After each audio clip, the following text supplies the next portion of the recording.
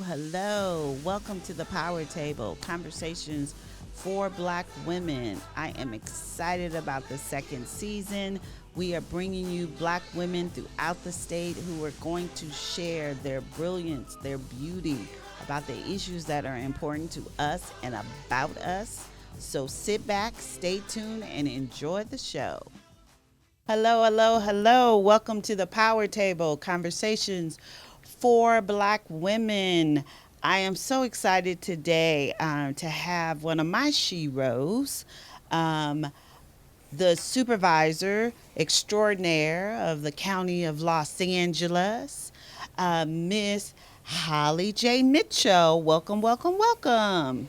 Thank you, Miss Kellie Todd Griffin. It's a pleasure to be with you. Is Uh, my sound level okay? Can you hear me? Yep, we could hear you. Listen, I'm Excellent. excited to have this conversation with you around leadership. Oftentimes, people don't recognize that we all have had shoulders that we stand on, and that there's a journey to leadership. That you don't just wake up and I'm gonna be a leader. No, Uh, we know doesn't work that it way. don't And work and like and and, and once you either self-declare or other people identify you as a leader, you still have work to do every day to yep. earn that title and to make sure you are actually saying and doing things that are worthy of people following and listening to you. It's ongoing work, I think. Oh, absolutely. Because some people lead from behind, some people lead from in the front row, and I think it's much harder for those who lead in the front row because you guys tend to have to take the hits that those in the back row, like myself, can hide from. So, when I think about you and leadership, and one of the things that I really wanted to ask you was to share some of those key moments in your leadership journey that helped shape, your approach to even not just, as a leader, but also as a public leader doing public service, which I think is the hardest way to lead. I was had the privilege of participating in the taping a segment for a documentary that's being made on the life of Reverend James Lawson, who was my pastor as a child growing up. I'm a member of Holman, and I was reminded of an experience where my mother challenged me to think about my own leadership. I was BSU president at the University of California, Riverside, was part of the UC system-wide Black Students Union, a member of UC Student Lobby, and it was in the 80s when we were protesting UC investment in South Africa. We were calling for divestiture of UC dollars, pension dollars, from the academic senate. And so some of the big campuses had, big protests. UCR at the time was the most conservative of all the UC campuses. So our shanty town had about maybe 4 little tents. But I lived at home through undergrad, and so all the activism work took place in my driveway, in my garage. And my mom pulled up one evening and saw us painting signs. The academic senate was meeting at UCR the next day, and we had planned our student walkout. And as all UCs, every UC has a bell tower. We were going to organize around the bell tower. My mom was in law enforcement and had heard through the grapevine that the police chief at the time was going to send out a heavy law enforcement presence and marksmen, likely. So she pulls up in the garage and she sees some of the language and some of the tone of the signs we were painting, which were probably pretty aggressive and pretty assertive. And she calls me inside and says, I appreciate your leading this effort, but you need to think through the consequences of leadership. I'm like, what is she talking about? What? She says, look at some of the language on your signs, and that's all well and good, but what's your plan? Oh, my plan is at noon, the tower's going to toll, and we're all going to walk out. And we're going to have our signs, and we're going to, tell the academic senate what they better do. She says, okay, that's fine. She says, no, but what's your plan for after that? What's your plan How do you think that the campus is going to react? I'm looking at her blankly. And what's your plan? You know, you have to have a plan. If you're the leader of this movement, you in particular have to have a plan B, C, D, and E. If they arrest you, what's your plan? If you all, you know, called attorneys to be on standby to bail you out, I'm like, she just, you know, went through a series of possible actions and really challenged me to think about my role as a leader, that if I was leading people into potential danger, we had already been in a meeting with the then new chancellor of UC Riverside. Our previous chancellor, Tomas Rivera, died, and we went through that shock. But he had been he had been a leader in terms of helping us groom our own leadership, and the new chancellor was not that person. We walked into a meeting where that chancellor had everybody's financial aid paperwork or transcripts and envelopes at our place setting. So he had let us know how he had come to play. And Right. so she reminded me of that experience that had just been maybe weeks prior, and she said, so what's your plan? You have students who are at risk. You see this chancellor isn't the nurturing, caring leader of color that Tomas was. What's your plan? And so that taught me from a very early age that there's incredible responsibility that comes along with leadership. And you think about a Dr. King, and you think about a Reverend James Lawson, who always had plans.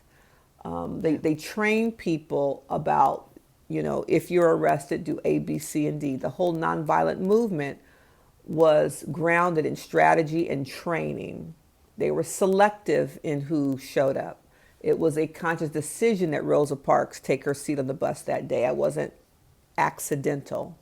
Right. And so leadership requires that you are thoughtful and strategic, particularly if you are asking people to take risks in taking a personal stand. And I think I thank my mother for that early lesson, because I don't know how many of us think through the consequences, both positive and negative, of leading people, particularly in social justice movements. Yeah, absolutely. It was for me. It was my uncle. We were protesting Rodney King and went on a freeway, and who knew that that was against the law? Uh, so when we got arrested, then he was like, "No, you find your way back to Oakland. You got arrested in San Francisco, doing what you doing. You find your way back to Oakland." And then sat me down and gave the same conversation, like, you know, is this where you want to be in the journey of change, or do you want to Mm-hmm. be, you know, and if you do, fine, but know that this will be your journey, like this, that you're Just gonna get gone arrested. to jail, Yeah, right? you're Gone to gonna go to jail. jail. Mm-hmm. You're gonna be there, and there may not be anybody to bail you out. And then when you think about your career, you know, that will come up every time that you apply for a job. And he asks the question, do you want to be in front, or do you want to be behind the scenes? Mm-hmm. And Mm-hmm. that was when I decided I wanted to be behind the scenes, Mm-hmm. just from just that whole conversation. And I think that's Mm-hmm. really important. And so when you think about like the women who, beyond your mother, because, you Mm-hmm. know, it's so funny, I've never met your mother, but everyone talks about your mother and how phenomenal, particularly the women in the Bay Area. They'll say, I know Holly because we know her mother. Mm-hmm. we Mm-hmm. know we know her mother. What who are the other women that kind of shaped you in your journey? And what would you tell today's young women of how to find a mentor like that, or a sponsor like you had? So, so many women, you know, even women who I didn't meet, but whose legacy I carry. I'm named Holly for my father's grandmother, my paternal great grandmother. He named me Holly because she was a nurse midwife at the turn of the century in a small town in Mississippi. He was impressed by her because she had her own buggy.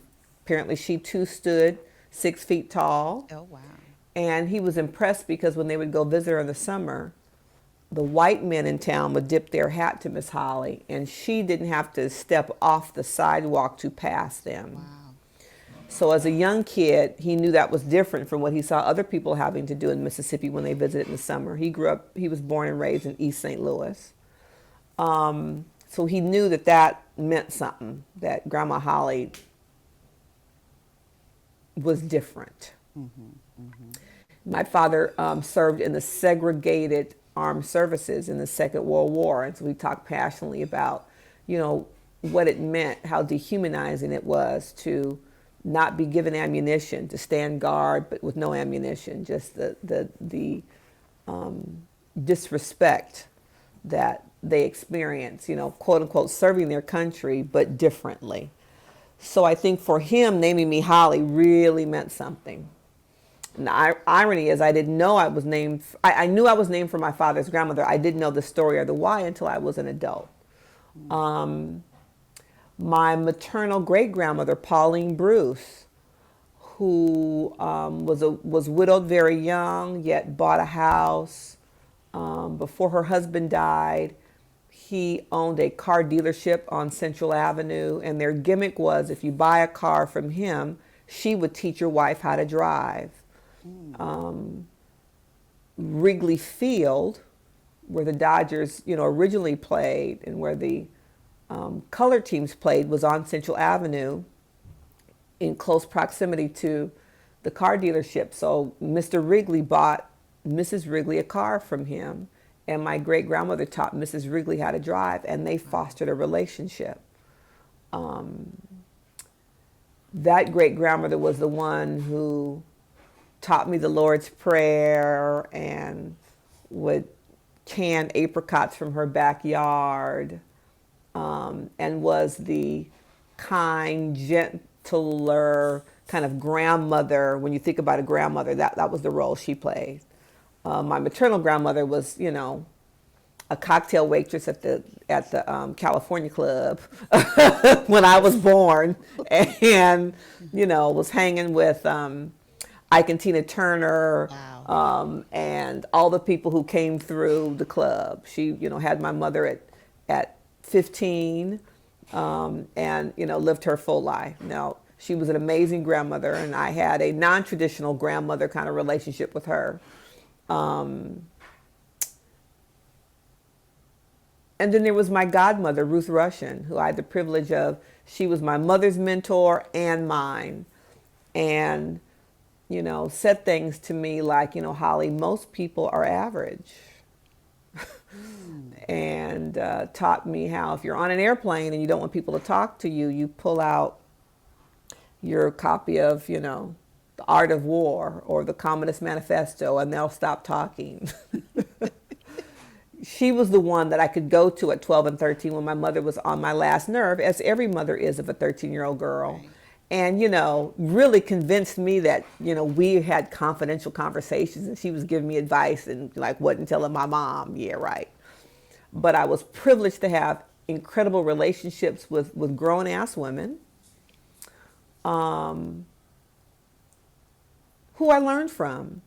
I learned from Grandmother Jewel, the cocktail waitress at the California Club, who stopped me from going to Howard. Wow. Because of her own fear. And I figured that out kind of after the fact, but that taught me to not live my life in fear, like she lived her entire life in fear, which prevented her from going places and doing things that she could have done, but she was afraid. And, Grandma Bruce, who as a widow owned her own home and just and was this beautiful chocolate brown skinned woman who sat up straight, who took me on, as I recall, the A line when the trains were still running, to Clifton's downtown for lunch, and we wore our white gloves, who, when we would go to her house for Easter dinner, we would go out to the Easter parade on Central Avenue. You know, just women who I learned grace and class and courage and confidence from. And of course, my forever boss, Diane Watson, who gave me a shot as a young woman coming out of Coro, who was impressed by my carriage at 22 because of what all these women had poured into me, Right. and gave me a chance to be a field deputy and gave me a chance to pick the issues I wanted to focus on, the policy areas I wanted to focus on, and created opportunity and put me out in front, and supported me in a meaningful way that every young woman should have in a first boss. I didn't really understand how blessed I was until several jobs later when I had a boss who wasn't quite that kind and nurturing and supportive. And I was like, oh, that's not the norm. Okay, Mm-hmm. I see. Mm-hmm. Now I know what kind of boss I choose to be. Right. So I think all of those people and experiences poured into me. Mm-hmm. So when you think of the, because I know you've taken that and definitely moved that forward. I mean, I can't imagine like not having you in my space. Even though even though I tell you all the time, you call me too early. Why you calling me this early in the morning? But I always answer, because um, when we first met, there was a situation, Mm-hmm. and you came in and you didn't know me, and you stood there Mm-hmm. and you said, "I'm there. I'm with you. I'm here to support you because right is Mm-hmm. right Mm-hmm. and wrong is wrong." Mm-hmm. And from there, every time I call, you're there. You're there. What do you think your legacy is today? Because many people think about what they want their legacy to be. Like, I know you have a legacy already. What do you think it is today? That's a really interesting question, an interesting way to frame it. What do you think your legacy is today? Which basically is like, what do I think people think about me? Mm-hmm.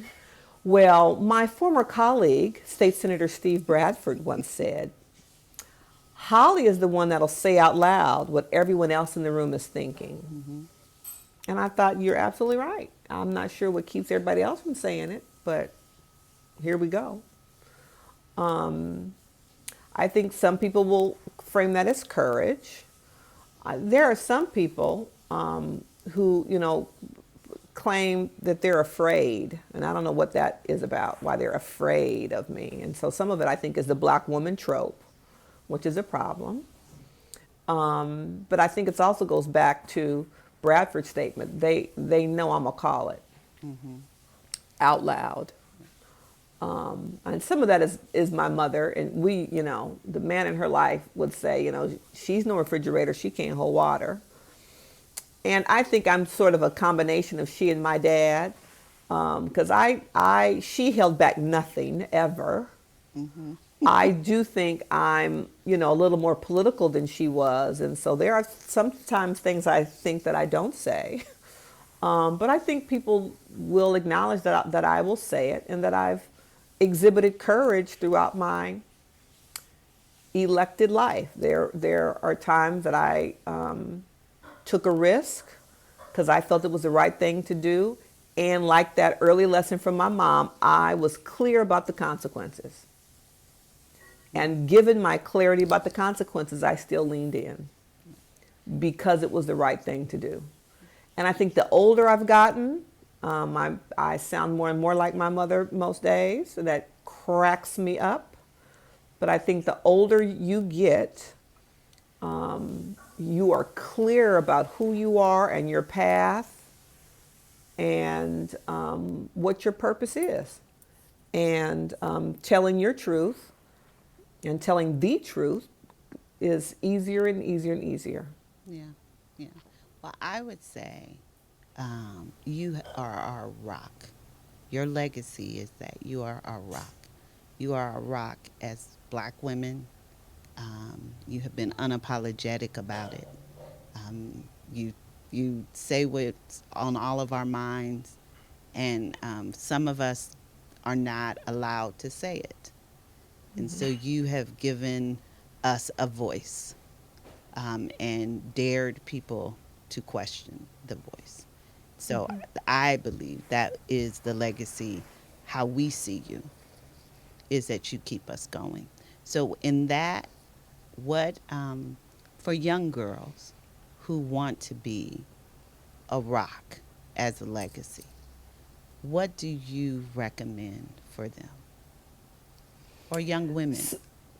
So, I don't know that your goal, I don't know that my goal was to be a rock. My goal was to be prepared and work hard. My godmother told me the opportunity will knock once. And my, mama said, if you stay ready, you don't have to get ready. That's true. So I kind of combined those two and just always try to be prepared and work hard. One of my staff members was asking me about my glasses or something the other day. And I said, well, I lost my vision. The first year I was chaired budget subcommittee. And the doctor said, you have eye strain. What have you been reading? Yeah, like 6 hours a day, budget language. Like literally eye strain led me to wear glasses because I was going to know every comma, every period, everything in that budget document. I felt that was my responsibility and duty as a budget subcommittee chair. I think which led to a reputation and a career in managing the state budget that I'm deeply proud of. And that didn't come easy. That's because I read. I knew it from beginning to end every year. And so I think my first year in the assembly, John Perez selected me to go to a training program for newly elected legislators at the University of Virginia. They gave us all these books to read. Now I'm not going to get through all these books. Let me cherry pick which books I'm going to read and fake it in this class. But going through the class, it was an amazing experience. I think it was about a week long. And I left there having made the decision that my goal was to inspire. And I came back and told my team, it feels a little braggadocious to say that out loud, but I'm telling you that because I want you to think about that. Like in my speech prep, I don't want to tell people what they already know. You go to the American Heart Association and your first paragraph is, in the American Heart, and you do this, and the statistics of people with heart. I'm like, I don't ever want to tell people what they already know. My goal is to inspire. And that's been my goal for my now 14 years in elected office. And it always tickles me when I meet people who say, oh, I'm so inspired by you. Because that lets me know that if you set an intention and then frame how you move in a space, the words you use, how you choose to use your time with people, you can accomplish what you set out to do. Right. And I think it's important for people to be inspired and have inspiration, for them to then fold and grow into their own full selves. We all need that. I'm inspired by people every day. And so I would suggest that young women decide what it is they want, what they want to give. Now, if you're coming into leadership or public service, you need it I believe it's a calling. Mm-hmm. Agreed. And so if this is what you're called to do, it's incumbent upon you to figure out why. What is your why? Everybody who works for me, that's the question they answer in an interview. That's a question we all share with each other in our first all-star meetings. What's your why? What's your why for public service? What's your why for coming to work for Team Mitchell? Because we all have to keep that why, I think, front and center so you don't get distracted by the world. Absolutely. So they have to figure out their why Right. and reevaluate that routinely. Absolutely. Well, this has been a wonderful conversation. I want to thank you for making time for us and sharing the wisdom. We didn't want to talk about policy, we wanted to just talk about you and leadership and how you lead. So, Winnie Mandela said, when they strike a woman, what they don't realize is they're striking rock because we will not break. And I thank you for lifting us all up and making sure that we're in a position that we're in today through your policy, through your leadership, and just through your empathy for our community.